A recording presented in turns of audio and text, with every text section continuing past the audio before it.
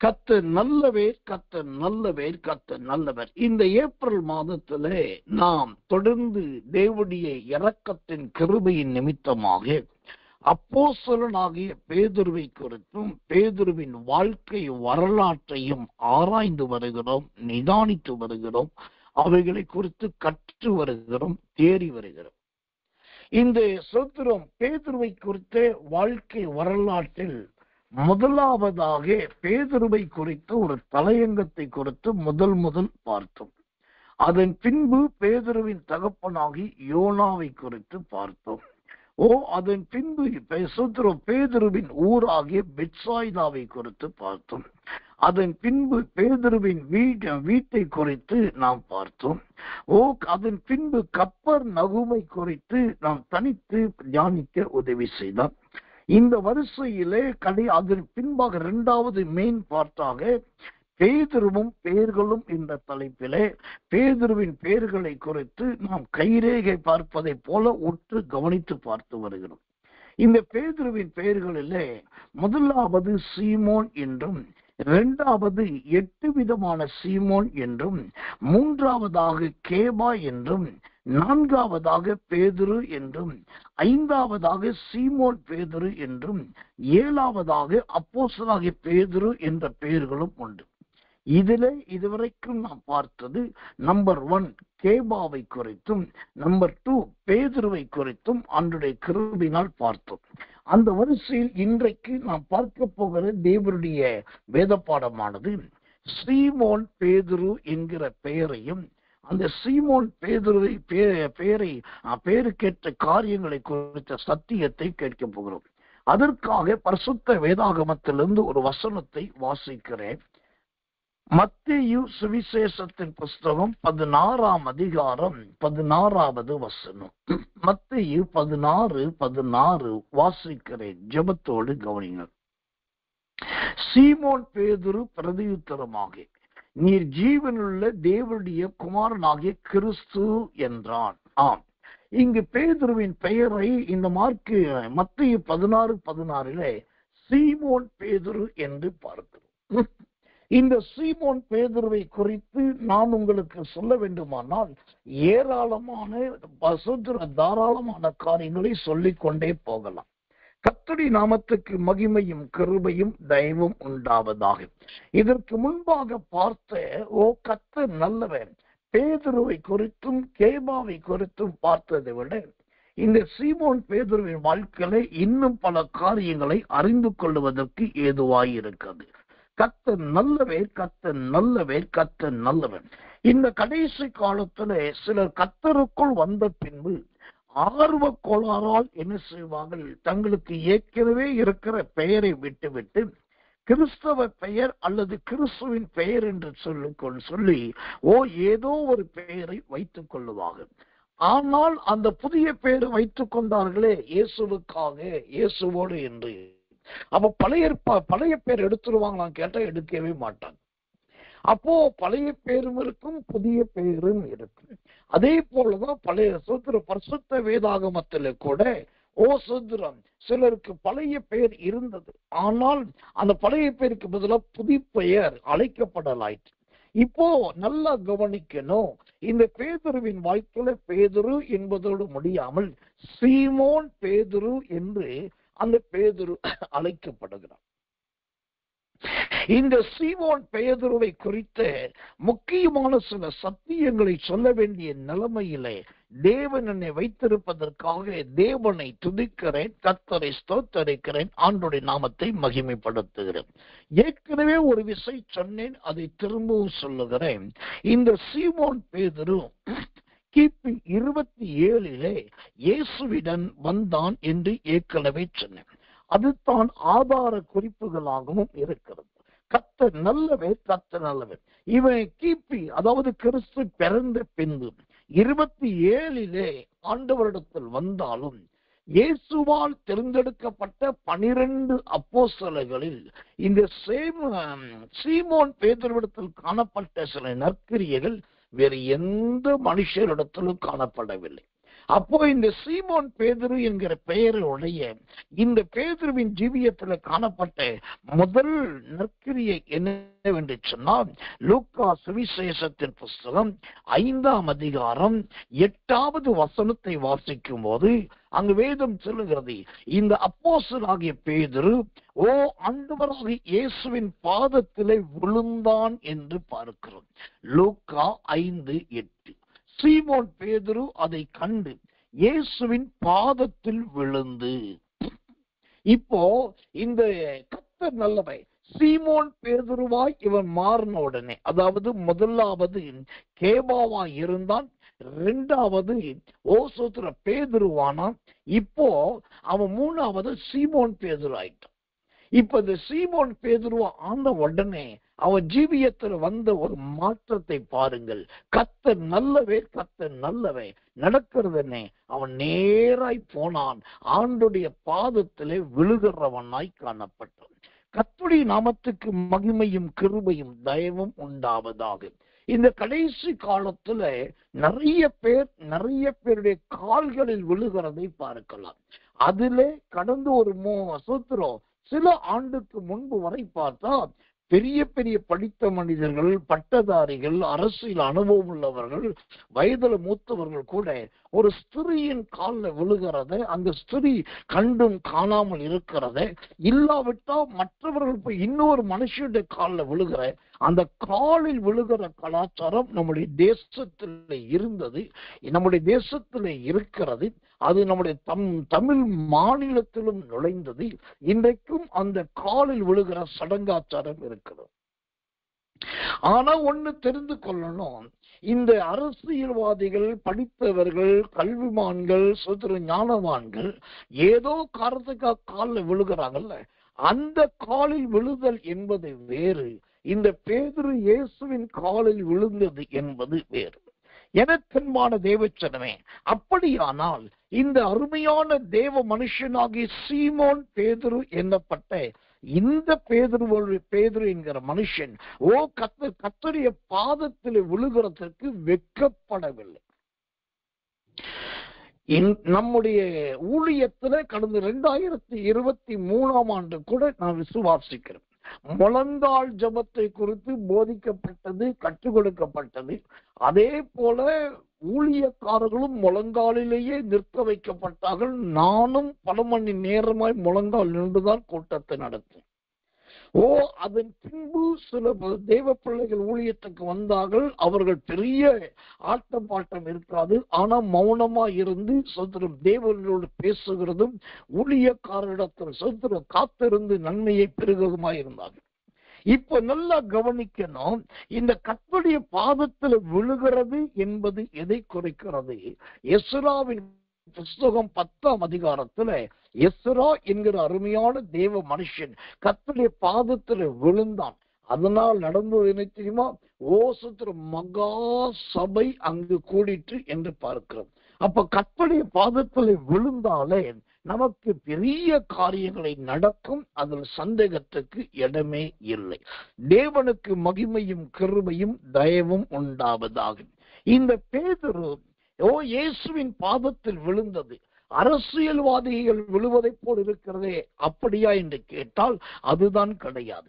அவர்கள் விழுவது காக்காய் பிடிப்பதற்காக காலில் விழுகிறார்கள். ஆனா இந்த அப்போஸ்தலனாகிய பேதுரு, அதாவது சீமோன் பேதுருவோ தேவனுடைய பாதத்தில் விழுந்து எதை குறிக்கிறது? அவருடைய மிகுந்த தாழ்மையை குறிக்கிறது. நல்ல தாழ்மை. இதுதான் கர்த்தருடைய பாதத்தில் விழுகிறதுனால் கிடைக்கிற நன்மை. எனக்கன்பான தெய்வ பிள்ளைகளே, இந்த கடைசி காலத்துல இந்த சீமோன் பேதுரு என்கிற பெயரையுடைய இந்த தேவ மனுஷனுடைய கிரியையின்படியே நம்முடைய வாழ்க்கையில இந்த கர்த்தருக்கு அர்ப்பணிக்கிறதும் கர்த்தருடைய பாதத்தில் விழுந்து கிடக்கிறதுமான நல்ல அனுபவம் ரொம்ப முக்கியம், ரொம்ப அவசியம். கர்த்தர் நல்லவே, கர்த்தர் நல்லவே, கர்த்தர் நல்லவே. தேவனுடைய நாமத்துக்கு மகிமை, கிருபை, தயை உண்டாவதாக.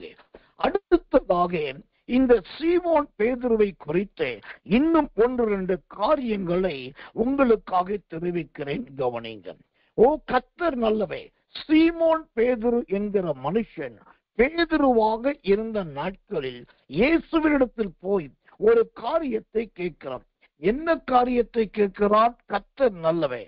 லூக்கா சுவிசேஷத்தின் மன்னிக்கணும், யோவான் சுவிசேஷத்தின் புஸ்தகம் 13ஆம் அதிகாரம் 9வது வசனம். யோவான் 13:9 வாசிக்கிறேன். ஜெபத்தோடு கவனிங்கள். கர்த்தருடைய நாமத்துக்கு மகிமையும் கிருபையும் தயவும் உண்டாதாக. அதற்கு சீமோன் பேதுரு, ஆண்டவரே, என் கால்களை மாத்திரமல்ல, என் கைகளையும் என் தலையையும் கூட கழுவ வேண்டும் என்றான். இங்கு இவன் சீமோன் பேதுருவாய் இருக்கிற நாட்களிலே அவனுடைய கிரியை எப்படிப்பட்டதா இருந்தது பாருங்க. அவன் சொல்றான், நீர் என்னை என் தலையையும் கூட கழுவ வேண்டும் என்று சொல்லி ஆண்டவரிடத்தில் ஒரு விண்ணப்பத்தை வைக்கிறான். இந்த சீமோன் பேதுருடைய இந்த விண்ணப்பத்தை நீங்க நல்லா கவனிச்சு பார்த்தீங்கன்னா, வேறு எந்த சீசனும் கேட்காததை இவன் கேட்கிறான். எந்த சீசனும் ஆனாலும் சரி, எந்த அப்போஸ்தலன் ஆனாலும் சரி, அவர்கள் போய் இயேசுவின் இடத்துல நீர் என்னை கழுவும் என்று சொல்லவில்லை. ஆனா இந்த பேதுருவோ நீர் என்னை கழுவும் என்று கேட்கிறான். இப்ப இந்த கழுவப்படுவது எதை குறிக்கிறது? கழுவப்படுவது எதை காண்பிக்கிறதா இருக்கிறது? லேவியாராகமத்தின் புஸ்தகம் 6ஆம் அதிகாரம் 27வது வசனம். லேவியாராகமம் 6ஆம் அதிகாரம் 27வது வசனத்தை வாசிக்கிறேன், கவனிங்கள். ரத்தம் தெரித்த வஸ்திரத்தை பரிசுத்த ஸ்தலத்திலே கழுவ வேண்டும். சூத்திரம். ரத்தம் தெரித்த வஸ்திரத்தை பரிசுத்த ஸ்தலத்திலே கழுவ வேண்டும். இந்த தீர்க்க தரிசனம் தான் பேதுருவின் வாழ்க்கையிலே இயேசுவின் உபத்திரவ நேரத்திலே நிறைவேறினது. ரத்தம் தெரித்த வஸ்திரத்தை. அப்போ பேதுருவின் வஸ்திரம் ரத்தம் தெரித்ததா என்று கேட்டால் ஆம் என்றுதான் சொல்ல வேண்டும். ஏனென்றால் இயேசுவை கையும் மெய்யுமாய் பிடிக்க வந்தபோது கர்த்தர் நல்லவே 500க்கும் அதிகமான அவர்கள் கூடியிருந்த நேரத்துல இந்த பேதுரு கோபப்பட்டு இயேசுவின் மீது இருக்கிற அன்பின் நிமித்தம் என்ன பண்ணிட்டான்? சோதரம் பட்டயத்தை உருவி மல்கூஸ் என்கிறவனுடைய காதார சோத்திரம் விட்டுவிட்டான். அப்போ கர்த்தர் நல்லவே. காதர வெட்டப்பட்ட உடனே அங்க என்ன நடந்திருக்கும்? கண்டிப்பா இவன் வெட்டின வேகத்திலே அந்த ரத்தத்தின் துளிகள் இந்த பேதுருவின் வஸ்திரத்திலே கண்டிப்பாய் பட்டிருக்கும். இந்த இடத்துல ஒரு காரியத்தை கவனிக்கணும். இந்த சோத்திரம் சீமோன் பேதுரு ஆண்டவருக்காக வைராக்கியம் பாராட்டுகிறார். அது எப்படி என் ஆண்டவரை பிடிக்க முடியும்? அது எப்படி என் இயேசுவை பிடிக்க முடியும்? அது எப்படி அவர் நீங்க கூப்பிட முடியும்? அவர் உத்தமமானவர் தெரியுமா? நல்லவரானவர் தெரியுமா? ஏன் கண்ணு பார்க்க ஏன் மாமி ஜரமா இருக்கும் போது இவர் ஜோமனதால சுகமானது. சோத்திர நான் மீன் பிடிச்சிட்டு இருந்தேன், மீன் பிடிக்கிற என்னை அப்போஸ்தலனா மாத்தினாரு. எனக்கு தெரிஞ்சு என் சகோதரனையும் சீசனா ஏத்துக்கிட்டாரு. இப்படி யாருமே செய்யாததெல்லாம் செய்தவர் இயேசு. அப்படி இருக்கும்போது அந்த இயேசுவை மட்டும் நீங்கள் எப்படி பின்பற்றுவீர்கள் என்று கர்த்தர் நல்லவே பல வாக்குவாதங்கள் செய்திருக்கலாம். சோதரம். ஆனால் இங்கு நல்லா கவனிக்கணும். இந்த பேதுருவுக்கு அப்படிப்பட்ட ஒரு ஆக்ரோஷம் வந்துவிட்டது. இப்ப நான் சொன்னேன், இந்த இடத்துல சத்தியத்தை கற்றுக்கொள்ளணும். என்ன சத்தியம் தெரியுமா? இந்த பேதுரு இயேசுவின் மீது வைத்த அன்பின் நிமித்தமாகவும் இயேசுவை நேசித்தது நிமித்தமாகவும் மல்கூசை விட்டிட்டான். இது எதை காண்பிக்கிறது? நாம் ஆண்டவருக்காக எவ்வளவுதான் வைராக்கியம் உள்ளவர்களாய் இருந்தாலும், கிறிஸ்துவின் சத்தியத்துக்காக துணிந்தவர்களாய் இருந்தாலும், நம்முடைய யுத்தம் ரத்தம் படியாத ரத்த கரையில்லாத யுத்தமா இருக்க வேண்டும். அதனாலதான் நான் அடிக்கடி நம்முடைய ஜனங்கள்கிட்ட சொல்லுவேன், நம்முடைய ஆண்டோடைய யுத்தம் என்பது கத்தியின்றி சத்தமின்றி ரத்தமின்றி நடக்கிற யுத்தம். ஆண்டவர் யுத்தம் பண்ணிட்டார்னாக்கா அவர்கிட்ட கத்தி இருக்காது. யாரை போய் பழி வாங்க போறாரோ அவங்கள்ட்ட சத்தம் இருக்காது. எல்லாம் முடிஞ்சதுக்கு அப்புறம் தேடி போய் பார்த்தா அங்க ரத்த கரையும் இருக்காது. கத்தியின்றி சத்தமின்றி ரத்தமின்றி யுத்தம் பண்ணுகிறவர் ஆண்டவர். அப்போ நம்முடைய வைராக்கியமும் தேவனுக்கா நிமிர்ந்து நிற்கிற ஜீவியமும் இப்படி மல்கூசின் காதை வெட்டுவதை போலவும், அதை வெட்டுவதனால அந்த இரத்த கரை வஸ்திரத்தில் பட்டதை போலவும் நம்முடைய வாழ்க்கை இருக்கவே கூடாது. கர்த்தர் நல்லவர், கர்த்தர் நல்லவர், கர்த்தர் நல்லவர். இந்த கடைசி நாட்களிலே தேவ ஜனங்கள் வாழ்க்கையிலே பொறுமை என்று சொல்லுவது மகா பெரிய கேள்விக்குறியா இருக்கிறது. அந்த பொறுமைதான் இன்றைக்கு நிறைய பேருடைய ஜீவியத்தை சுத்திகரிக்க வேண்டும். அந்த பொறுமைதான் இவர்களை மறுரூபப்படுத்த வேண்டும். ஆனா அந்த பொறுமை இல்லாததுனால நான் கர்த்தருக்காக பேசுறேன், கர்த்தருக்காக சொன்னேன், ஆண்டவருக்காக இதை செஞ்சேன், எங்க ஊழியக்காருக்காக சபைக்காகத்தானே பண்ணேன்னு சொல்லி சில நேரத்திலே நம்ம கையிலே பட்டயத்தை எடுத்து விடுகிறோம். சில நேரத்திலே காதை வெட்டிடுறோம், சில நேரத்திலே ரத்தம் சிந்திடுறோம். எனக்கன்பானவர்களே, இந்த சோத்திரம் கர்த்தர் நல்லவே, கர்த்தர் நல்லவே. இந்த சீமோன் பேதுருவின் வாழ்க்கையிலே அவனுடைய வைராக்கியம் கர்த்தர் நல்லவே சோத்திரம் அப்படியே ரத்தம் சிந்த வைத்தது. அதனாலதான் ஒரு நாள் அவன் சொல்றான், இயேசு திருவிருந்து கொடுப்பதற்கு முன்பு சீசருடைய கால்களை கழுவி கொண்டான். அப்போ அவன் சொல்றான், ஆண்டவரே, கால்களை மாத்திரமல்ல கைகளை மாத்திரமல்ல என் தலையையும் சேர்த்து கழுவும் என்று சொல்லுவான். இவன் கையை மட்டும் இல்ல, காலை மட்டும் இல்ல, தலையையும் கழுவும் என்பது எதை குறிக்கிறது? 2 அர்த்தத்தை குறிக்கிறது. நன்றாய் கவனியுங்கள் ஊழியக்காரர்கள், விசுவாசிகள் நன்றாய் கவனிக்கணும். அவன் சொல்றான், நீர் என் கால்களையும் கைகளையும் மாத்திரம் அல்ல, என் தலையையும் கழுவ வேண்டும். அந்த தலையையும் கழுவ வேண்டும் என்பது எதை குறிக்கிறது தெரியுமா?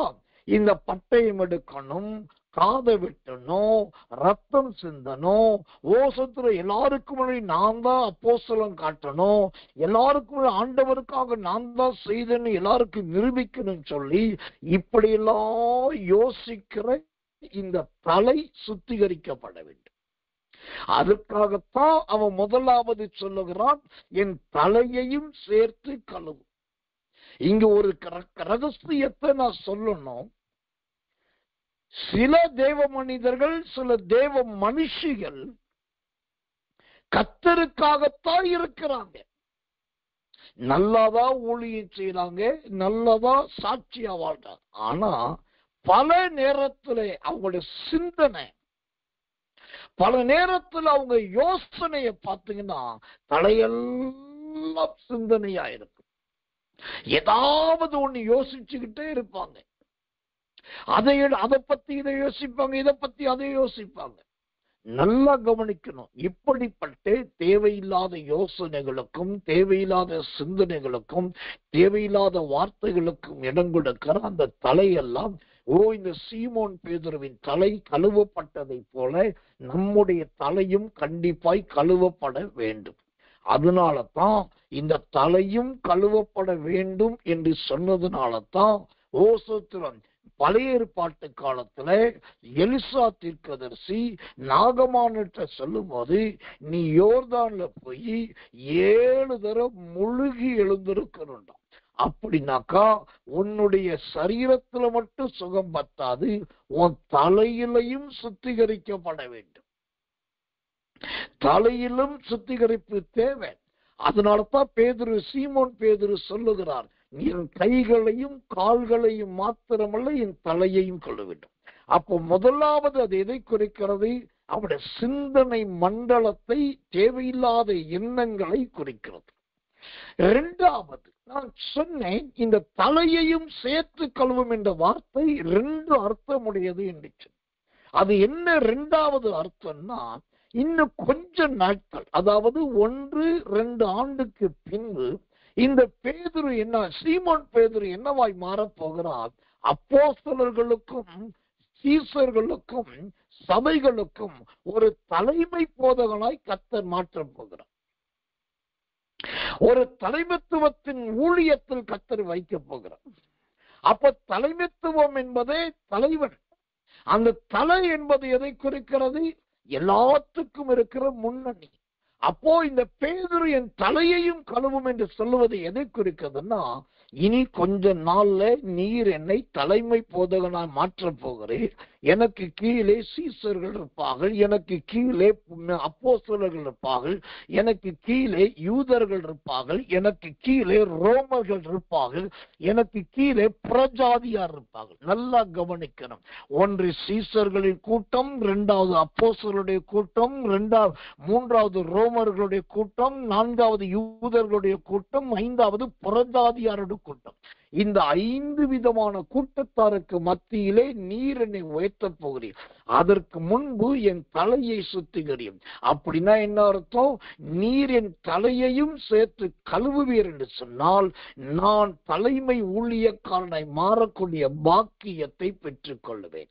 அல்லேலூயா. இந்த சீமோன் பேதுருவின் ஜெபத்தை பாருங்க, எவ்வளவு அழகா சொல்றான், என் தலையையும் சேர்த்து கழுவும் என்று வேதம் சொல்லுகிறது. யோவான் சுவிசேஷம் 13ஆம் அதிகாரம் 9ஆம் வசனத்திலே கழுவ வேண்டும் என்று அவன் நல்ல கெஞ்சுகிறான். அது ஒரு பெரிய கெஞ்சுதலா இருக்கிறது. இந்த சீமோன் பேதுருவின் ஜீவியத்திலே நாம் கற்றுக்கொள்ள வேண்டிய கர்த்தரே நிறைய காரியங்கள் உண்டு. தேவனுக்கு மகிமையும் கிருபையும் தயவும் மாட்சிமையும் உண்டாவதாக.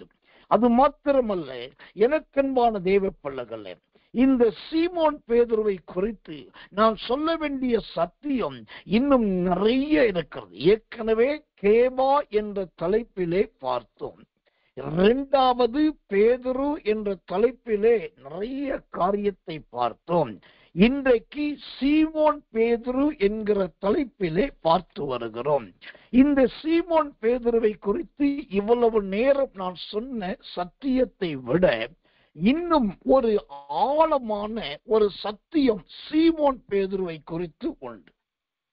அதாவது நீங்க மத்தேயு, மார்க்கு, லூக்கா, யோவான் அதுல விசேஷமாய் சுதந்திரம் கர்த்தர் நல்லவன். இந்த யோவானும் லூக்காவும் தொடர்ந்து படிச்சு பார்த்தீங்கன்னா, இந்த சீமோன் பேதுரு என்கிற பெயரை உடைய அந்த காலகட்டத்துல இவனுடைய வாழ்க்கை 2ஆக பகுக்கப்படுகிறது, 2ஆக பிரிக்கப்படுகிறது.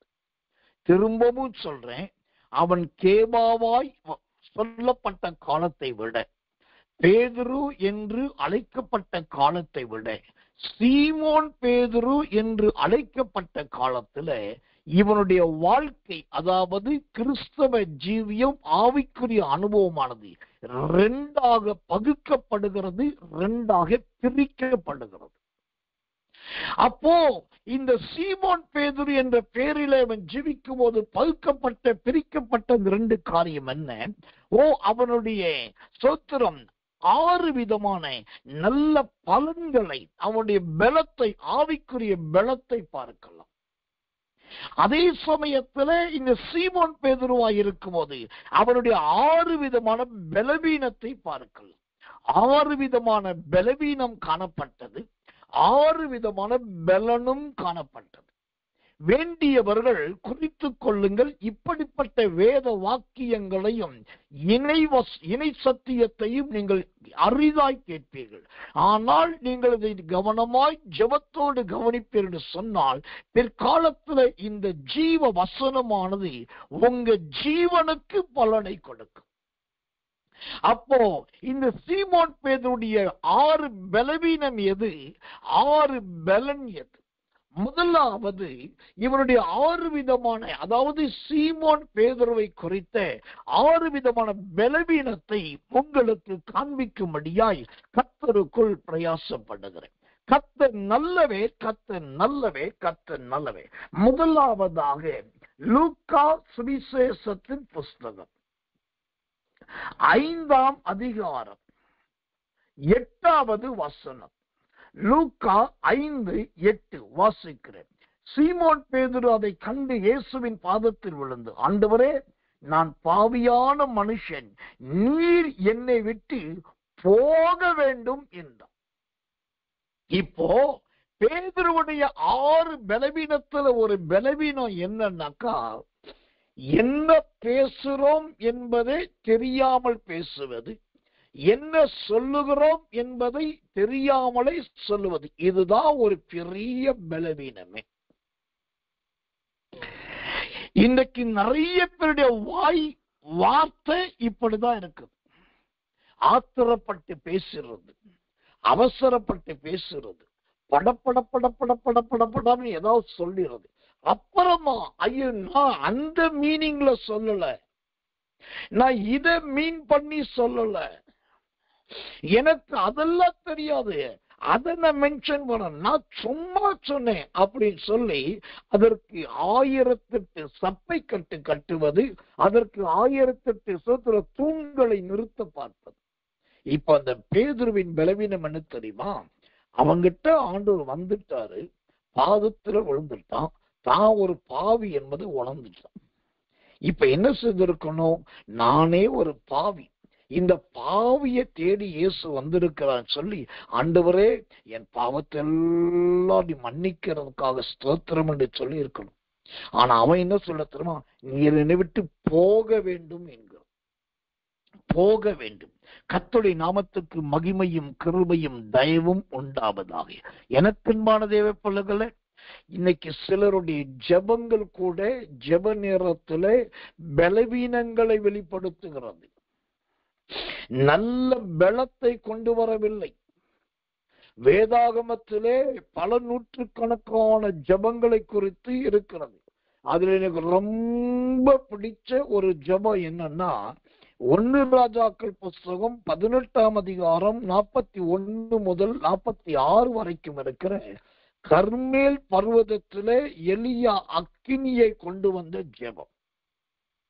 நீங்க அந்த 1 ராஜாக்கள் 18ஆம் அதிகாரம் 41 46 வரைக்கும் படிச்சு பாருங்க.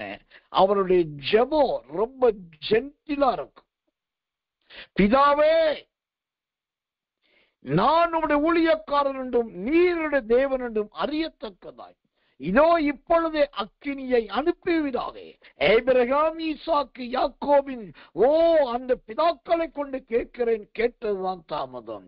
அந்த ஜென்டில் ஜெபத்துக்கு அழகாய் கர்த்தர் பதில் கொடுத்தார். ஆனா இன்னைக்கு இப்படிப்பட்ட அருமையான ஜெபம் செய்யப்பட தெரியல. அதற்கு பதில் இந்த பேதுரு தன் பலவீனத்திலே நீ போக வேண்டும் என்று சொன்ன அந்த வார்த்தையின்படிதான் பலருடைய ஜெபம் அர்த்தம் பொருத்தமற்றதா இருக்கிறது. அதை நாம் மாற்றிக்கொள்ள வேண்டும். அதை விட்டு முற்றிலுமாய் வெளியே வர வேண்டும். கர்த்தர் நல்லவர், கர்த்தர் நல்லவர், கர்த்தர் நல்லவர். இந்த சீமோன் பேதுருவாய் இருக்கும் போது அவரிடத்தில் காணப்பட்ட 2வது பலவீனம் என்ன?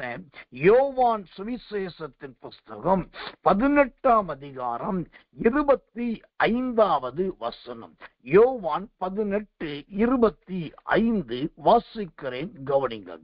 சீமோன் பேதுரு நின்று குளிர் காய்ந்து கொண்டிருந்தான். அப்பொழுது சிலர் அவனை நோக்கி, நீயும் அவனுடைய சீசரில் ஒருவன் அல்லவா என்றார்கள். அவன் நான் அல்ல என்று மறுதலித்தான். கர்த்தர் நல்லவே, கர்த்தர் நல்லவே, கர்த்தர் நல்லவே. இங்கு அந்த சூத்திரம் பேதுருவின் 2வது பலவீனம் என்ன தெரியுமா? ஆண்டவரை குறித்து கேட்கும் போது அல்லது ஆண்டவரை குறித்து சொல்லும் போது அவன் அடிச்சு சொல்றான், நான் அல்ல அப்படின்றான். நான் அல்ல அப்படின்னு ஈஸியா சொல்லிட்டான். இந்த நான் அல்ல என்பது எதை குறிக்கிறது? நான் அல்ல என்கிற வார்த்தை எதற்கு இணையாக சொல்லப்பட்டிருக்கிறது? பரிசுத்த வேதத்திலிருந்து ஒரு வசனத்தை வாசிக்கிறேன். யோபுவின் புஸ்தகம் 15ஆம் அதிகாரம் 6வது வசனம். யோபு 15:6. நான் அல்ல, உம்முடைய வாயே உம்மை குற்றவாளி என்று தீர்க்கிறது, உம்முடைய உதடுகளே உமக்கு விரோதமாய் சாட்சியிடுகிறது. அல்லேலூயா. பேதுருவின் வாழ்க்கை வரலாறை கேட்கிற தேவ பிள்ளையே, சீமோன் பேதுருவின் 6 பலவீனங்களுக்கு கேட்கிற தேவ பிள்ளையே, இந்த பேதுரு சொல்லுகிறான் நான் அல்ல என்று மறுதலித்தான். அந்த நான் அல்ல என்கிற மறுதலிப்பு எதை குறிக்கிறது? யோபு 15:6 ரொம்ப அழகான ஒரு விளக்கம். உம்முடைய வாயே உம்மை குற்றவாளி என்று தீர்க்கிறது. எந்த பேதுரு, எந்த சீமோன் பேதுரு எந்த இயேசுவை மறுதலித்தானோ அது அவனுக்கே குற்றமாய் போனது. அதே வசனம் சொல்லுது, உம்மோட உதடுகளே உமக்கு விரோதமாய் சாட்சியிடுகிறது. இவன் சொல்றான், இயேசுவை நான் அறியேன் என்று சொல்றான். ஆனா மனசாட்சி சொல்லுது, ஏ பேதுரு, நீயா அப்படி சொல்ற? இயேசுவை தெரியாதோ என்று சொல்லி அவன் உதடுகள் ஆண்டவருக்கு விரோதமா சாட்சியிடுகிறதே, அந்த மனசாட்சி எச்சரிக்கிறது. எனக்கு அன்பான தெய்வ பிள்ளைகளே, படபடப்பா பேசாதீங்க. ரொம்ப படபெசுத்திரும் ஆக்கிரோஷத்தோட பேசாதீங்க. திடீரென்று கை காலெல்லாம் உதறி வேர்த்து விறுவிறுத்து சுத்திரம் வேக வேகமா பேசாதீங்க.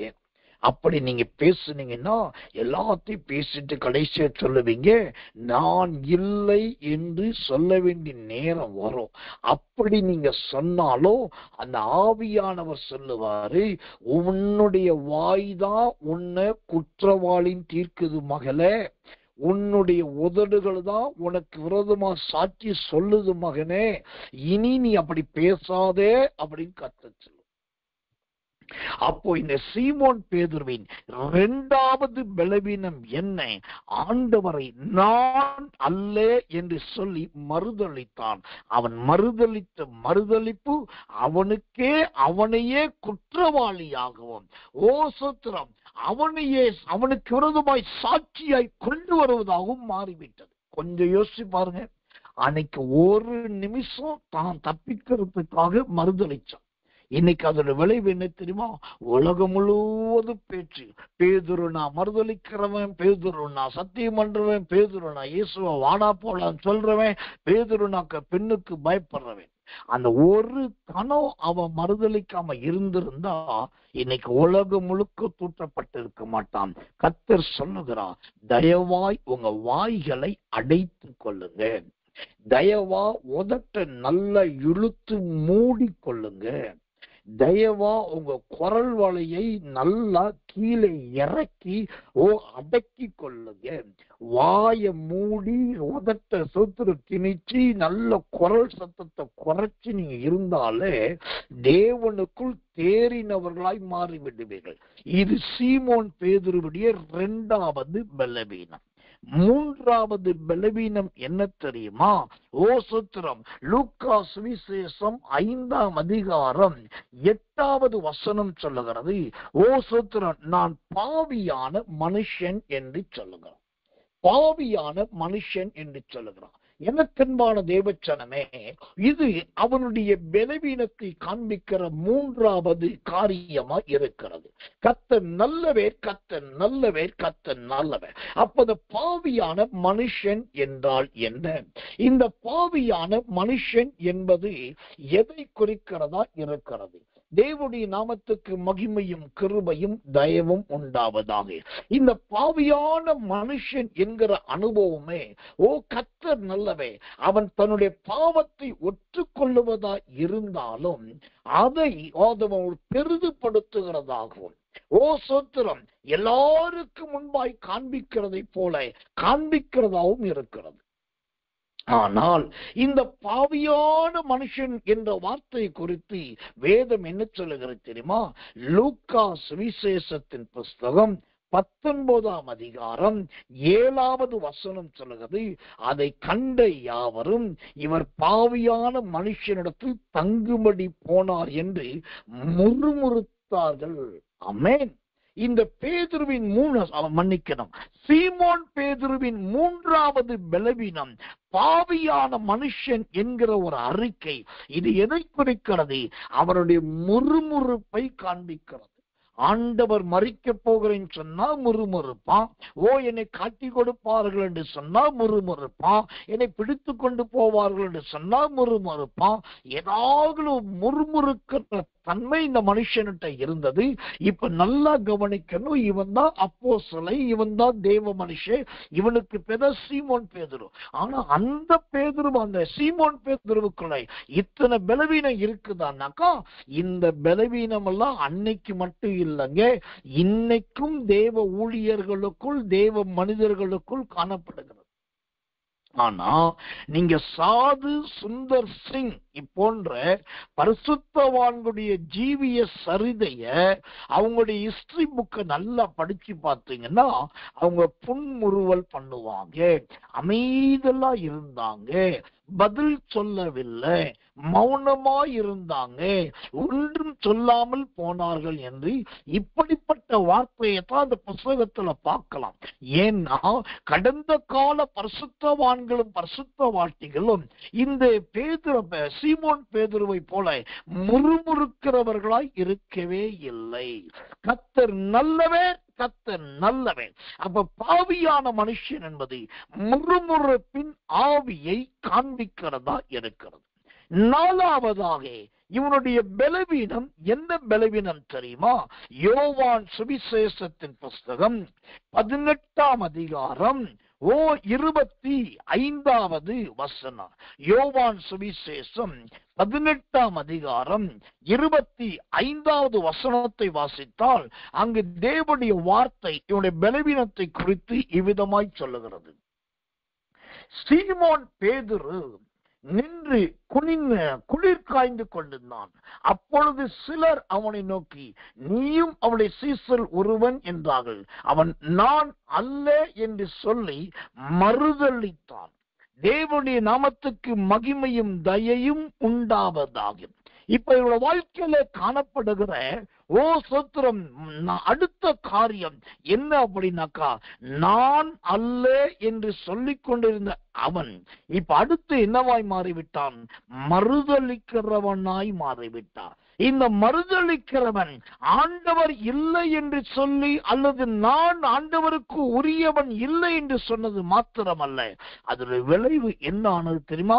யோவான் சுவிசேஷத்தின் புஸ்தகம் 21ஆம் அதிகாரம் 7வது வசனம். யோவான் 21:7 சொல்லுகிறது, ஆதலால் இயேசுவுக்கு அன்பாயிருந்த சீசன் பேதுருவை பார்த்து, அவர் கர்த்தர் என்றார். அவர் கர்த்தர் என்று சீமோன் பேதுரு கேட்டவுடனே தான் வஸ்திரம் இல்லாதவனாய் இருந்தபடியினால், இப்போ இந்த சீமோன் பேதுருடைய 4வது பலவீனம் என்ன அப்படின்னாக்கா, வஸ்திரம் இல்லாதவன். கர்த்தர் நல்லவே, கொஞ்சமாவது கேட்கறதுக்கு ரசனையா இருக்குதான் பாருங்க. ஒரு பெரிய மனுஷன், அனுபவசாலி, வயசுல மூத்தவன், மீனவர்களுக்கெல்லாம் மீனவன், கடலை குறித்து தெரிஞ்சவன், இயேசுவோடு இருந்தவன், ஊழியம் செய்தவன், சீசனாய் அழைக்கப்பட்டவன், அப்போஸ்தலனாய் மாற்றப்பட்டவன், ஜீவனுள்ள தேவனை கண்டவன், இவ்வளவு அடையாளங்களை உடையவன், ஒரு நாள் கடலிலே கடற்கரையிலே பட்ட பகலிலே வெட்ட வெளியிலே வெளிச்சத்திலே எப்படி நிற்கிறானா? வஸ்திரமே இல்லாம நிர்வாணியாய் நின்று கொண்டிருக்கிறான். இவன் வஸ்திரம் இல்லாமல் நின்றது மாத்திரமல்ல, அவன் செய்த இன்னொரு காரியத்தை கவனிங்க. அந்த யோவான் 21:7 சொல்லுகிறது, தன் வஸ்திரம் இல்லாதவனாய் இருந்தபடினால் தன் மேல் சட்டையை கட்டி கொண்டு கடலிலே குதித்தான். இப்போ மேல் சட்டை இருக்குது, ஆனா கீழ் சட்டை இல்லை. மானம் மறைக்கிறதுக்கு கீழ் சட்டை வேணுமா மேல் சட்டை வேணுமான்னா கீழ் சட்டை தான் முக்கியம். ஐயா, இவனை குறித்து பைபிள் சொல்லுது, இவன் கீழே ஒண்ணுமே கட்டல, ஆனா மேல மட்டும் சட்டை போட்டிருக்கான். இது எதை காண்பிக்கிறது? என்றைக்கு ஆண்டவரை மறுதலித்தானோ, என்றைக்கு நான் அல்ல அப்படின்னு சொன்னானோ, அன்னைக்கே அவன் தன்னை இழந்தவனாய் மாறிவிட்டான். தன்னுடைய கிருபைகளை இழந்தவனாய் மாறிவிட்டான். தன்னுடைய தேவன் கொடுத்த தயவை இழந்தவனாய் மாறிவிட்டான். கர்த்தர் நல்லவர், கர்த்தர் நல்லவர், கர்த்தர் நல்லவர். இந்த 5 காரியங்கள் அவனுடைய சீமோன் பேதுருடைய பலவீனத்தை காண்பிக்கிறதா இருக்கிறது. கடைசியாய் இந்த சீமோன் பேதுருடைய இன்னொரு காரியத்தை காண்பிக்கிறேன். அது மகா பயங்கர காரியம். யோவான் சுவிசேஷத்தின் புஸ்தகம் 18ஆம் அதிகாரம் 10வது வசனம். யோவான் 18:10. அப்பொழுது சீமோன் பேதுரு தன்னிடத்திலிருந்த பட்டயத்தை உருவி பிரதான ஆசாரிய வேலைக்காரனை காதர வெட்டினான். அந்த வேலைக்காரனுக்கு மல்கூஸ் என்று பெயர். காதர வெட்டினான்.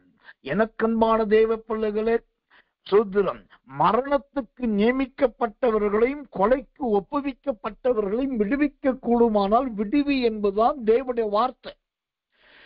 சிலருக்கு வியாதி வந்துருச்சு, வியாதியில சாக போறாங்க.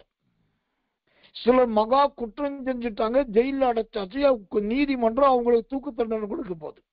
ஒரு பக்கத்துல ஒருத்தன் வியாதியில சாக போறான், மறுபக்கத்துல நீதிமன்ற தீர்ப்பினால தூக்கு போட்டு சொல்றோம், தூக்கு மரத்துல சாக போறான்.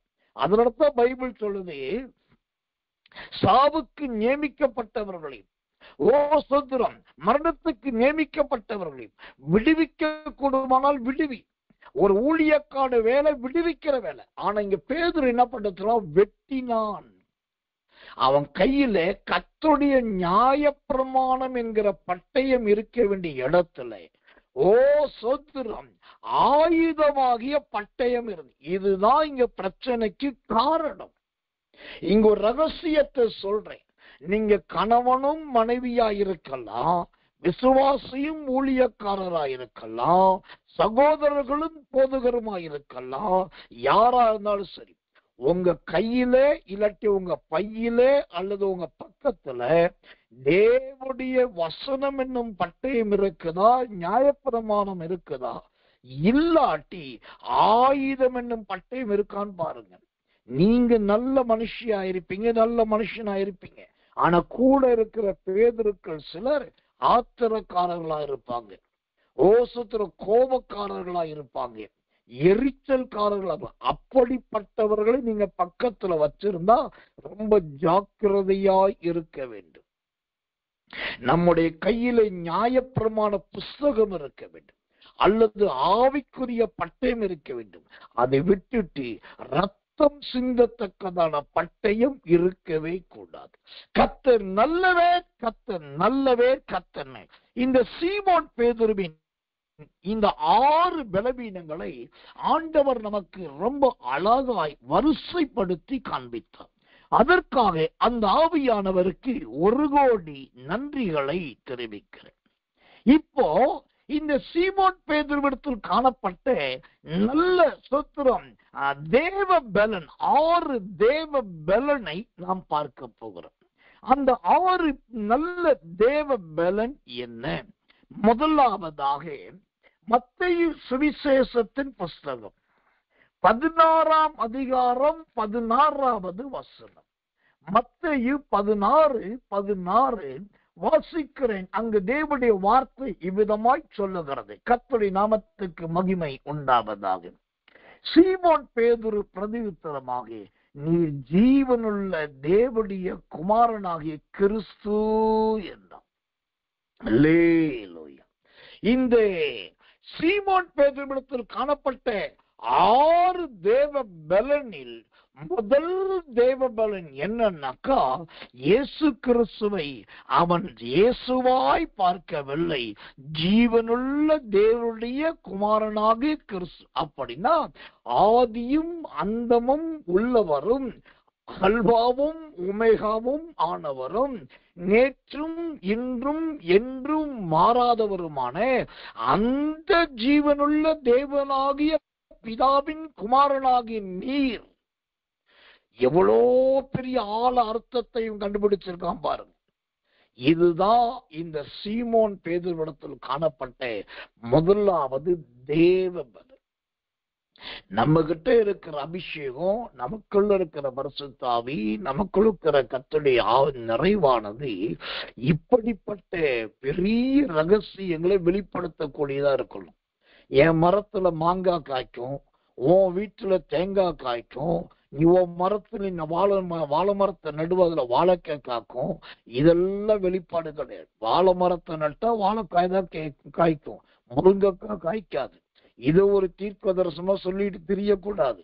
அப்போ தேவனுடைய வெளிப்பாடு என்பது என்ன, தேவனுடைய பலன் என்பது என்னன்னா, இந்த பேதுருவுக்கு என்ன வெளிப்பாடு கிடைக்கிறது?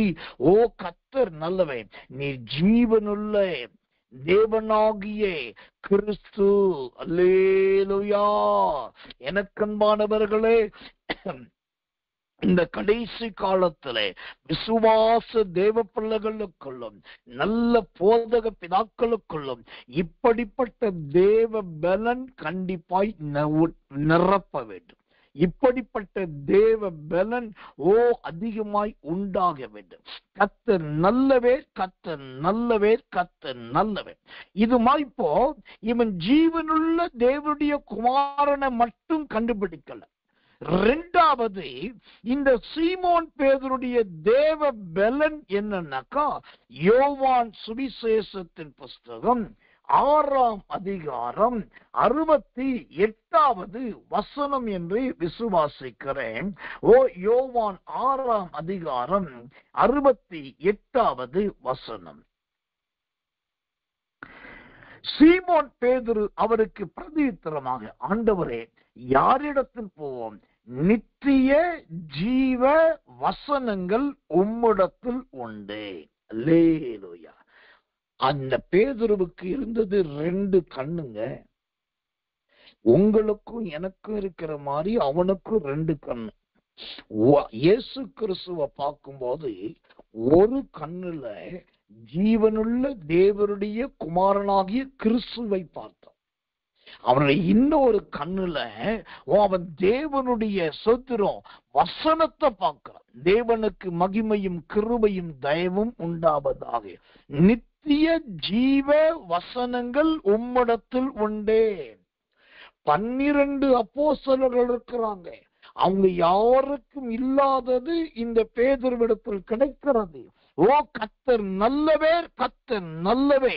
எனக்கன்பான தேவ பிள்ளைகளே, அந்த வசனத்துல இங்கு சொல்லப்படுகிற குறிப்பிட்ட வசனம் என்ன தெரியுமா? ஜீவ வசனங்கள். வேதத்துல பாத்தீங்கன்னா ஒரே வசனம் கிடையாது. தேவனுக்கு மகிமை உண்டாவதாக பலவிதமான வசனங்களை குறித்து வேதம் சொல்லுகிறது. அப்போ எத்தனையோ வசனங்களை குறித்து இருக்க வசனங்கள் இருக்கிறது.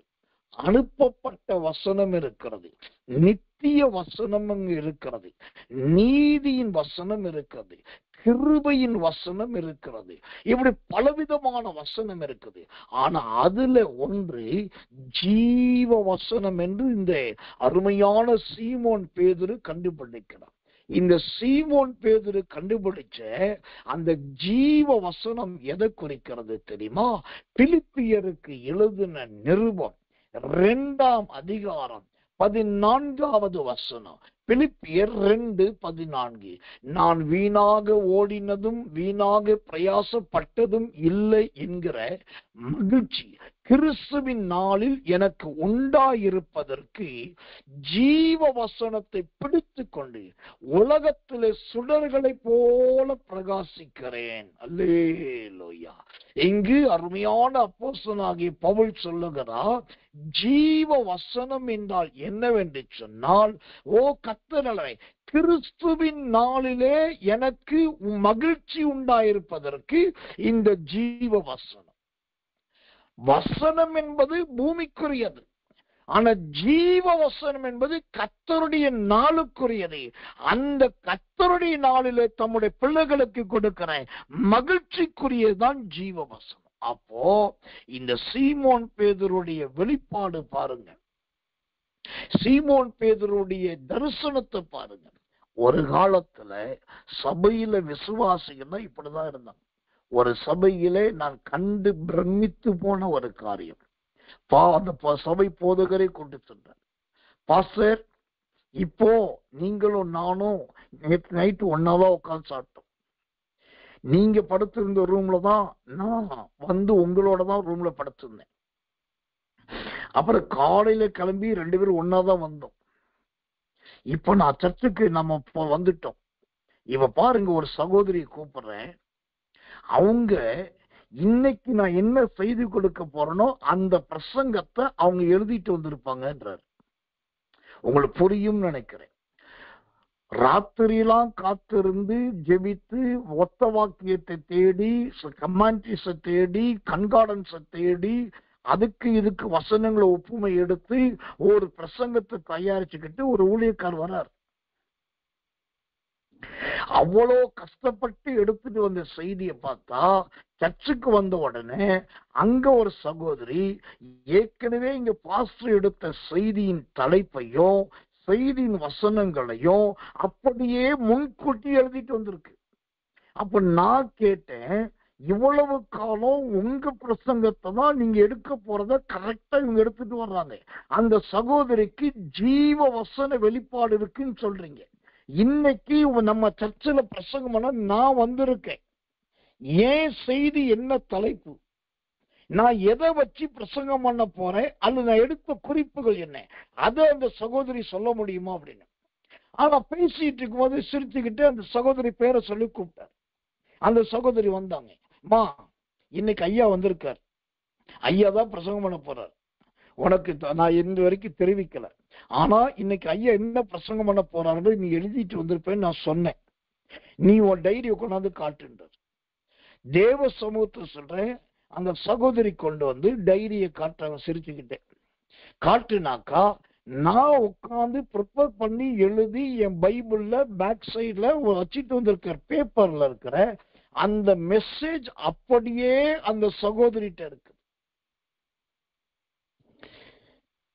என்ன ஒரு ஆச்சரியம்! நல்லா கவனிக்கணும். இதுக்கு பேர் தான் அந்த ஜீவ வசனம். நித்திய ஜீவ வசனங்கள் உம்மிடத்தில் உண்டே. ஒரு காலத்துல விசுவாச மக்கள்லாம் இப்படி சவாலா இருந்தாங்க. இன்னும் நான் பச்சையா பேசணும்னா, சில விசுவாசிகளை பார்த்தா ஊழியக்காரர்களே பயப்படுவாங்க. ஐயோ, அந்த சகோதரனா கண்ணை மூடிட்டா அவர் பாட்டுக்கு கட கட கட கட கட தரிசனம் பார்த்துடுவார். எக்ஸ்ரே எடுக்கும் போது எப்படி உள்ள இருக்கிறதெல்லாம் வெளியே தெரியுதோ, இந்த சகோதர கண்ணை மூட எல்லாம் தெரிஞ்சிடும். அந்த சகோதரி ஆவில நிரம்பிட்டாங்கன்னா எல்லாருடைய தீர்க்க எல்லா சூத்திரம் சொல்ல வேண்டும். சபையில தனித்தனியா சொல்ல மாட்டாங்க, அப்பட்டமா போட்டு உடைச்சிருவாங்க அப்படின்னு சொல்லி, ஒரு காலத்துல வல்லமையும் கிருபையும் உள்ள ஜீவனுள்ள வசனங்களை தாங்கிய விசுவாசிகளை கண்டு ஊழியர்கள் பயந்த காலம் இருந்தது. இன்றைக்கு ஜீவனுள்ள வசனங்களை கண்டு, வசனமுள்ள ஊழியர்களை கண்டு விசுவாசிகள் பயப்படுகிற காலமும் இல்லை. விசுவாசிகளிடத்திலும் ஜீவனுள்ள வசனங்களும் இல்லை. இன்றைக்கு பேருக்கு வேதாகமம், பேருக்கு ஒரு ஆராதனை, பேருக்கு ஒரு ஊழியம். ஆனா இந்த சீமோன் பேதுருவின் அருமையான ஜீவியத்தை பாருங்க. அவனுடைய நல்ல கர்த்தர் நல்லவே. முதல் தேவபலன், நீர் ஜீவனுள்ள தேவனுடைய கிறிஸ்து என்றான். இரண்டாவது, நித்திய ஜீவ வசனங்கள் உம்மிடத்தில் உண்டே என்று சொல்லி தேவனுடைய பலத்தை அவன் நிரூபித்தான். கர்த்தர் நல்லவே, கர்த்தர் நல்லவர். இதுக்கெல்லாம் என்ன காரணம் தெரியுமா? வேதம் சொல்லுகிறது. மூன்றாவதாக அவனுடைய தேவ பலன், லூக்கா சுவிசேஷம் 5ஆம் அதிகாரம் 8ஆம் வசனம் சொல்லுகிறது, அவன் கிறிஸ்துவின் பாதத்திலே விழுந்தான். அங்கு லூக்கா இருக்கிறாரே, அவர் டாக்டர் ஆச்சே, அவர் என்ன சொல்லுவாரு?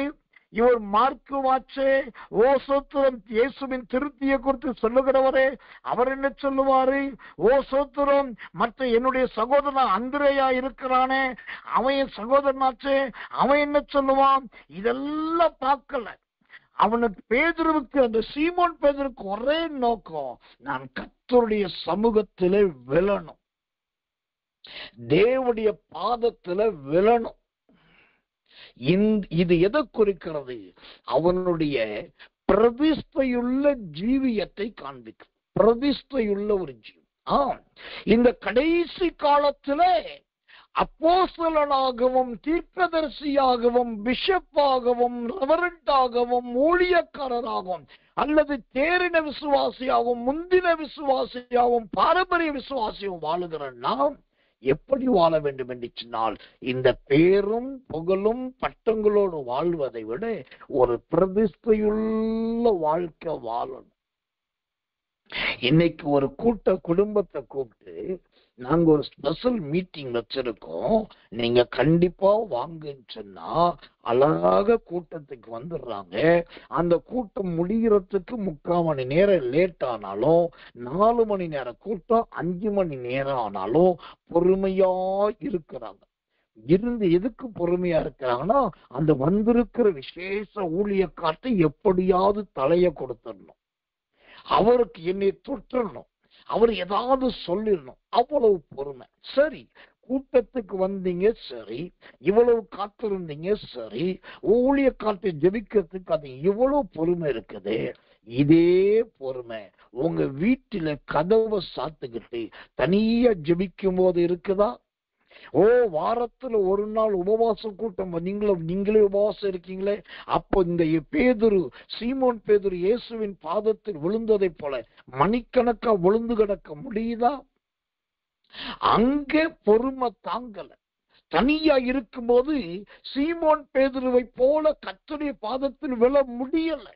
இன்னைக்கு நிறைய பேருடைய ஊழியங்கள் இடையிலே நின்று போவதற்கும், நிறைய பேருடைய விசுவாச வாழ்க்கை நிறைய சோதனையை சந்திக்கிறதுக்கு காரணமே பிசாசு கிடையாது, பேய் கிடையாது, சாத்தான் கிடையாது, மந்திரவாதம் பில்லி சூனியம் செய்வனை கிடையாது. அதுக்கு ஒரே ஒரு காரணம், இந்த சீமோன் பேதுரு தேவனுடைய பாதத்தில் விழுந்ததை போல விழுகிற அனுபவம் இல்லை, விழுந்து கடக்கிற அனுபவம் இல்லை. கர்த்தர் நல்லவன். இன்னைக்கு கூட்டங்கள் நடத்துறவங்களும் ஊழியம் செய்யறவங்களும் கூட என்ன செய்யறாங்க தெரியுமா? கடைசி நிமிஷத்துலதான் உள்ள வர்றது. வேக வேகமா வந்துட்டு வேக வேகமா செய்ய ஆரம்பிச்சு. ஏன்னா எப்பயும் போலதானே, இப்படித்தானே, அதான் நமக்கு தெரியுமே, போனவொன்னு இதானே சொல்ல போறோம், இதானே அழைக்க போறோம். ஆனா அது தேவனுடைய பார்வையிலே செம்மை மார்க்கம் கிடையாது. நமக்கு ஒரு உக்கிரானத்துவம், நமக்கு ஒரு தலைமைத்துவம், நமக்கு ஒரு பொறுப்பு, நமக்கு ஒரு தனி ஊழியம், நமக்கு ஒரு வேலை, நமக்கு ஒரு அதிகாரத்துவம், நமக்கு ஒரு ஸ்தானத்துவம் கொடுக்கப்பட்டிருக்குனாக்கா அதுக்கு முன்கூட்டியே நாம் முதலாவது ப்ரிப்பேர் ஆக வேண்டும். தேவ பாதத்துல கொஞ்சமாவது விழுந்து ஜெபிக்கணும். ஜெபம் பண்ணிட்டு அப்படி வந்தாக்கா அங்க ஜீவனுள்ள தேவனுடைய வசனங்கள் தானாகவே வெளிப்படும். கர்த்தர் நல்லவே, கர்த்தர் நல்லவே. இந்த சீமோன் பேதுருவின் 3வது தேவ பலன் ஆண்டுடைய பாதத்திலே விழுவது. 4வதாக கர்த்தர் நல்லவே, இந்த சீமோன் பேதுருவின் 4வது தேவ பலன் எதை காண்பிக்கிறது? கர்த்தர் நல்லவே, கர்த்தர் நல்லவன். யோவான் சுவிசேஷத்தின் புஸ்தகம் 13ஆம் அதிகாரம் 9வது வசனம் சொல்லுகிறது. அவன் சொல்றான், என்னை 3 விதத்திலே கழுவ வேண்டும் என்கிறான். என்னை ஒரு விதத்திலே கழுவக்கூடாது, 3 விதத்திலே கழுவ வேண்டும். அந்த 3 விதம் என்ன? யோவான் 13ஆம் அதிகாரம் 9வது வசனம். அதற்கு சீமோன் பேதுரு, ஆண்டவரே, என் கால்களை கழுவும், என் கைகளை கழுவும், என் தலையையும் கழுவ வேண்டும். இப்போ சீமோன் பேதுரு இயேசுவினால் கழுவப்படுவதற்கு விரும்புகிற அந்த முறையே பாருங்க, தலைகீழ் முறையா இருக்கும். தலைகீழ் முறை என்ன சொல்றான்? முதலாவது என் காலை கழுவுங்க, 2வது கைய கழுவுங்க, 3வது தலைய கழுவுங்க. கழுவுறதுனால முதலாவது தலைய கழுவி கைய கழுவி காலை கழுவணும். அதுதான் ஒரு முறை. அப்புறம் தான் கழுவிட்டு இருக்கிறது, கடைசி கைய கழுவிட்டு உள்ள வர முடியும். ஆனா பேதுரு சொல்றான், முதலாவது நீர் என் காலை கழுவ வேண்டும், 2வது என் கைகளை கழுவணும், 3வது என் தலைய கழுவணும். தலைக்கீழ் கழுவுதல். இது சோத்திரம். இதுல பெரிய ஒரு சயின்ஸ் இருப்பிக்கிறது, பெரிய ஒரு ஹிஸ்டரி இருக்குது. நான் சொல்ல விரும்பல. இந்த சோத்திரம் கால கழுவி, கைய கழுவி, தலைய கழுவுற எதை குறிக்குதா? இது ஒரு தமிழருடைய பாரம்பரியத்தை குறிக்குது. தமிழ்நாட்டினுடைய தமிழர்களுடைய பாரம்பரியம், தமிழர்கள் கடந்த காலத்துல பின்பற்றி வந்த நற்காரியம் என்னன்னாக்கா, ஒரு மனுஷனை குளிக்கிற நிலைமை இப்படிதான் இருக்கணும். இன்னைக்கு நிறைய பேர் குளிக்கிறதே தப்பாதான் குளிக்கிறாங்க. நேரா பாத்ரூம் போறோம், ட்ரெஸ்ஸ களையிறோம், மேல ஷவரை திறக்கிறோம், அழகா பூ மாதிரி தண்ணி ஊத்துது, அப்படியே தலைக்கு குளிக்கிறோம், மூஞ்ச கழுவுறோம், அப்படியே உடம்ப நினைக்கிறோம், அப்புறம் காலை கழுவுறோம், அப்புறம் ஒரு சோப்பை போட்டுட்டு திரும்பவும் தலையிலிருந்து அப்படி வலிதாக்கா இவங்க என்ன நினைக்கிறாங்க, இதுதான் சரியானது. உண்மையை நல்லா தெரிஞ்சுக்கணும். இப்படி குளிக்கிற முறையே முதலாவது தவறு. இப்படி குளிக்கவே கூடாது. கர்த்தர் நல்லவன். அப்ப குளிக்கிற முறை எப்படின்னாக்கா, ஆதி கால தமிழர்களும் கடந்த கொஞ்ச காலத்துக்கு முந்தின தமிழர்களும் கூட ஆற்றிலே போய் குளிப்பார்கள், ஓடையிலே போய் குளிப்பார்கள், நீர் நிலைகளில் போய் குளிப்பார்கள், குளத்துல குளிப்பாங்க. இப்ப குளிக்க போகும்போது முதலாவது தண்ணியில இறங்கும் போது நேர அவங்க கால் போய் இறங்கும். குளிக்க வேண்டிய முறை என்னன்னா, கால் முதலாவது தண்ணீரில் படணும். தண்ணீரில் படும்போது அந்த தண்ணீரும் குளிரும் அசுத்தம் ஈரமுமானது பாதத்திலிருந்து அப்படியே அவர்களுக்கு சரீரத்துல மேலே போகும். ஏனென்றால் ஒரு மனுஷனுடைய முழு நரம்பு மண்டலத்தின் இறுதி பகுதியானது பாதத்தில் இருக்குது. அப்போ அந்த பாதம் முதலாவது தண்ணீரில் பட்டு அதுல அந்த சுத்திர குளிர்தன்மை ஏற்படும் போது உள்ளே இருக்கிற நரம்பு மண்டலங்கள் எல்லாம் அது வீரியம் கொள்ள ஆரம்பிக்கும். அதே மாத்திரமல்ல, நீங்க குளத்திலேயோ ஏரியிலையோ வாய்க்காலையோ ஆற்றுலையோ போய் இறங்கி கொஞ்ச நேரம் தண்ணியில நின்னீங்கன்னா அங்க குட்டி குட்டி மீன், சின்ன சின்ன மீன், சாதாரண மீன் வந்து அழகா காலை கடிக்கும். கடந்த கால பெரியவர்கள் சொல்லுவாங்க, தண்ணியில இருக்கிற மீன் கடிச்சா புண்ணெல்லாம் வராது, மீன் கடிச்சாக்கா சொத்துற சிறங்கு வராது, மீன் கடிச்சாக்கா இதெல்லாம் ஆறி போயிருமா.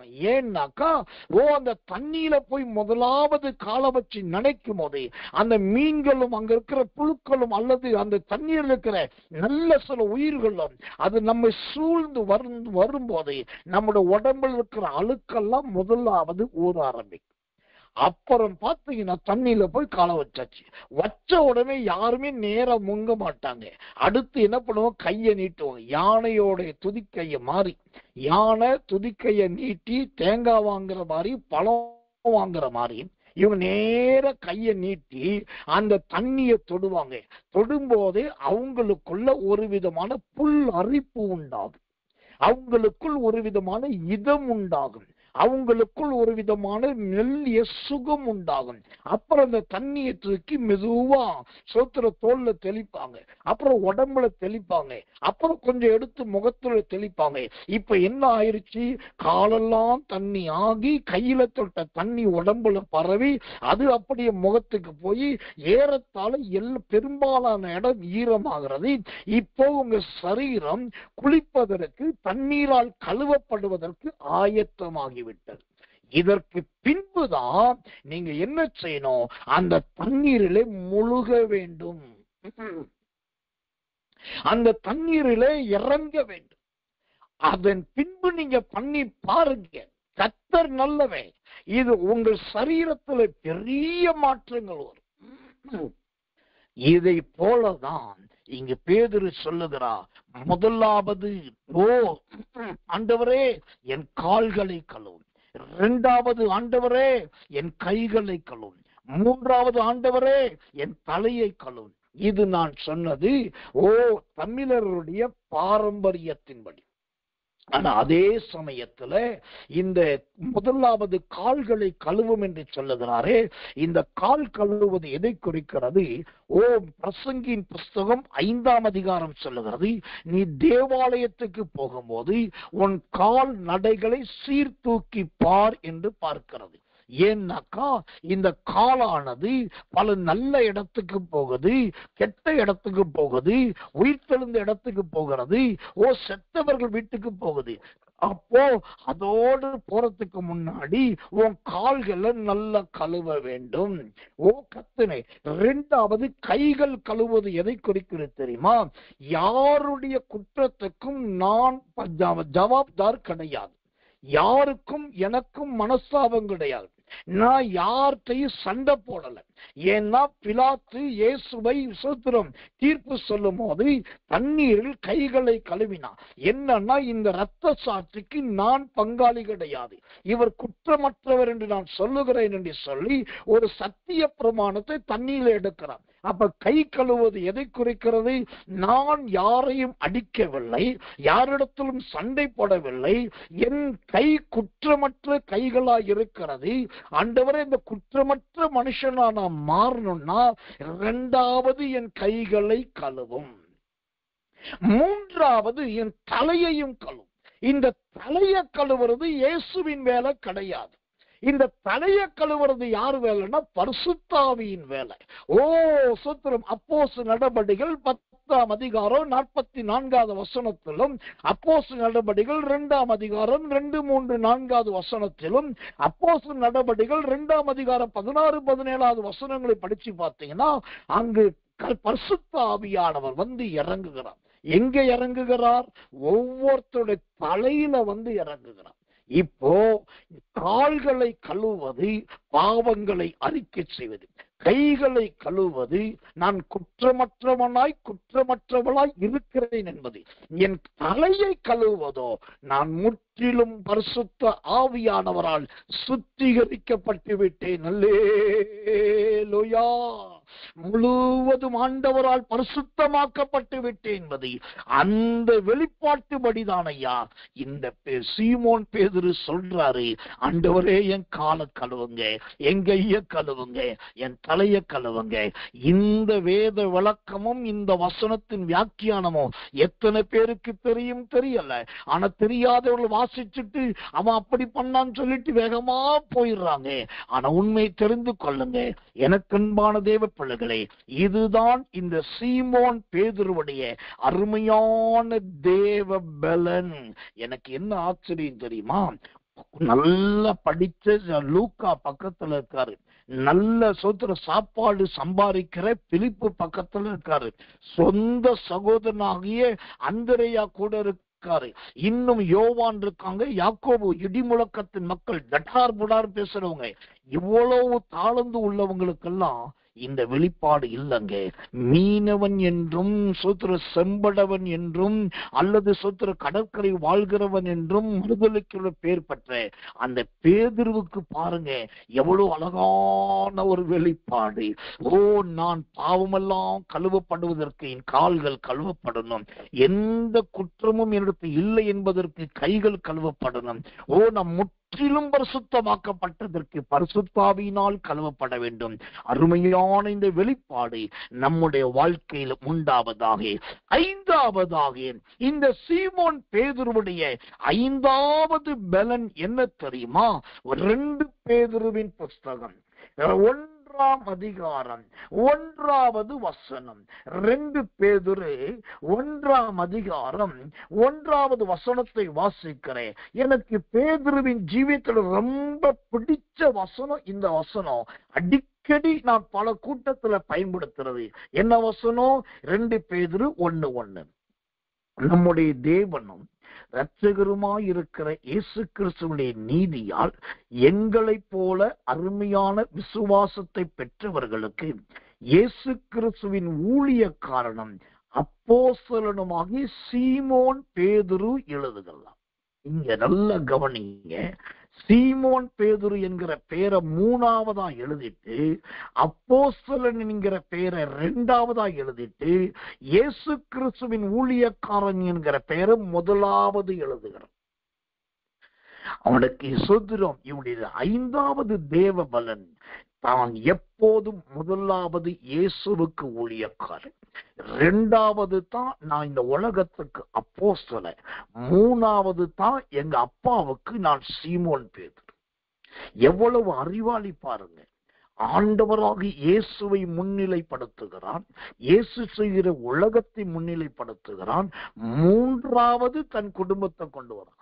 ஆனா இன்னைக்கு இருக்கிற ஊழியங்கள், இன்னைக்கு இருக்கிற ஊழியர்கள், இன்னைக்கு இருக்கிற மேடைகள், இன்னைக்கு இருக்கிற நோட்டீஸ், வால் போஸ்ட், இதெல்லாம் இதையா வெளிப்படுத்துது? இல்லையே. அப்போ இந்த சீமோன் பேதுருவின் 5வது தேவ பலன் என்னன்னாக்கா, இவன் இயேசு கிறிஸ்துவின் ஊழியக்காரன் என்கிற அருமையான ஒரு அடையாளம்.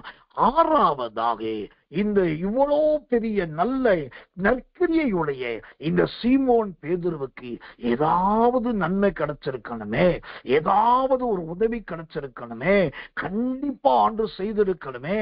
அப்போ இந்த சீமோன் பேதுருவுக்கு என்ன கிடைச்சது?